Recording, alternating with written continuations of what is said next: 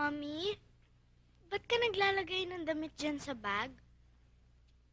Aalis ka ba?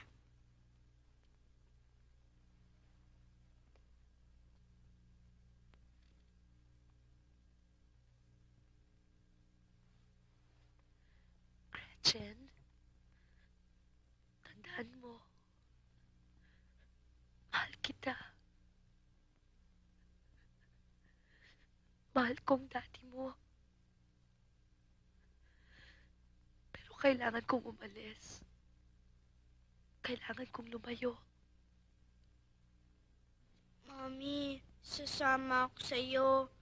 Huwag mo ko iiwan. Hindi pwede, Gretchen. Dito ka lang sa bahay. Sasamahan mo ang daddy. Aalagaan mo siya. Dahil pag wala na ako, ikaw na lang magmamahal sa kanya.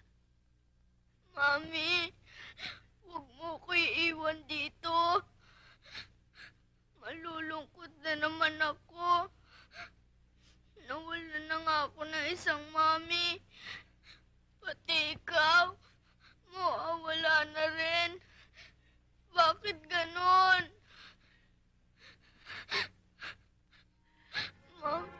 Mami. Hindi ko alam. Ang hirap ipaliwanag eh.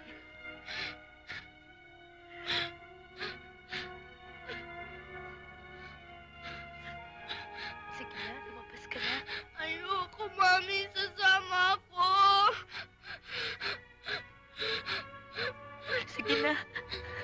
Lumabas ka na, ha? Sige na.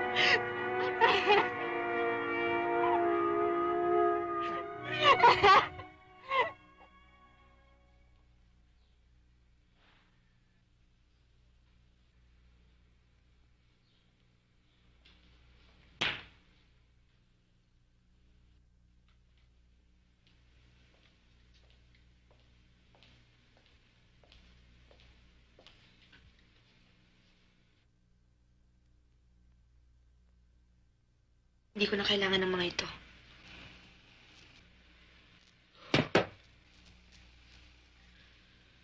Alam kong hindi ka na maniniwala sa akin.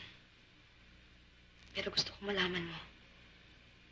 Hindi mga alahas, pera o kayamanan mo ang minamahal ko. Kung aalis ka, umalis ka na. Hindi. Kailangan pakinggan mo ako bago ako umalis.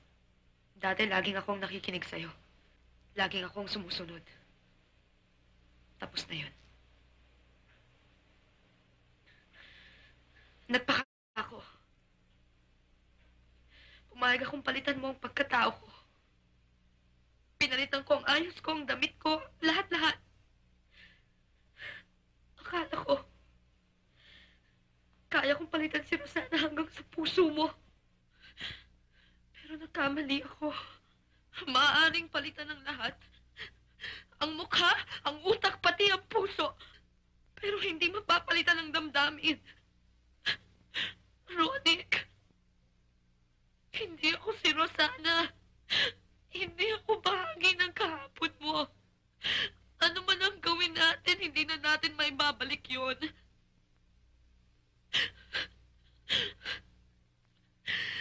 Hindi pwedeng simulan uli ang wakas. Dahil wala nang karugtong ang nakaraan. Wala na.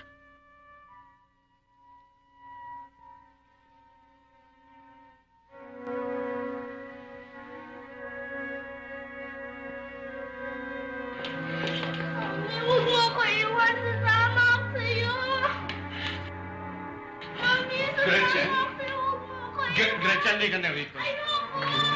Gretchen? Ayoko, sasama ako Gretchen, hindi siya mami mo? Hindi siya ang mami mo. Hindi siya ang mami mo. Listen to me. Hindi siya ang mami mo. Come on. Ha? Gretchen.